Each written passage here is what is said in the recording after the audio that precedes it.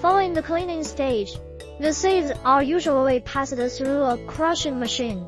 This equipment breaks the seeds into smaller pieces, increasing the surface area for oil extraction and making the subsequent steps more effective. After crushing, the heart of the hemp seed oil processing line is the oil press, where the actual extraction of oil occurs. Modern screw presses or hydraulic presses are commonly used for this purpose. These machines apply significant pressure to the crushed seeds, forcing the oil out while leaving behind a solid cake. For higher yields and better quality oil, some producers opt for advanced expeller presses that operate at lower temperatures. Once extracted, the crude oil may undergo filtration using specialized filters to remove any remaining solids or impurities.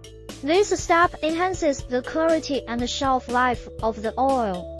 In some cases, the oil might also be refined, bleached, and deodorized or be processed to meet specific market demands or achieve particular characteristics such as color, taste.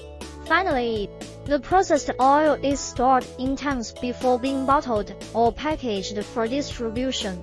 Throughout the entire production line, automation and control systems play an essential role in monitoring and regulating the various stages, ensuring consistent quality and efficiency. By integrating these components into a cohesive system,